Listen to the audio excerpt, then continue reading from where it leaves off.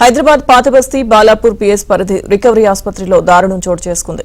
Duty doctor Kasim poison injection తీసుకుని బలవన్మరణానికి పాల్పడ్డారు.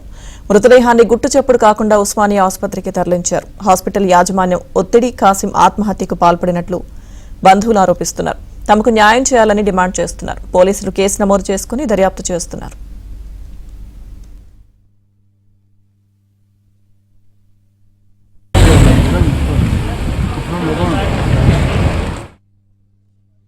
బాలాపూర్లోని రికవర్ హాస్పిటల్ సిబ్బంది ఒకతను డ్యూటీ డాక్టరు పైన సెకండ్ ఫ్లోర్లో చనిపోయినాడని మాకు సమాచారం ఇస్తే ఇమ్మీడియట్గా మేము అక్కడికి వెళ్ళినాము.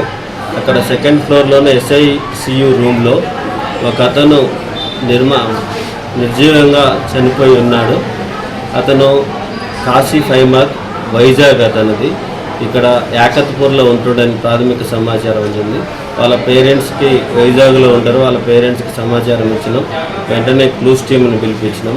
క్లూస్ టీమ్ తోటి దాని నేర స్థలాన్ని క్షుణ్ణంగా పరిశీలించినాము.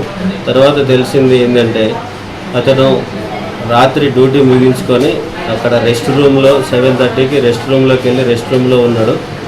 తర్వాత 6 వరకు లోపలంగా గడియ పెట్టుకొని తలుపు తీయకపోతే హాస్పిటల్ సిబ్బంది బలవంతంగా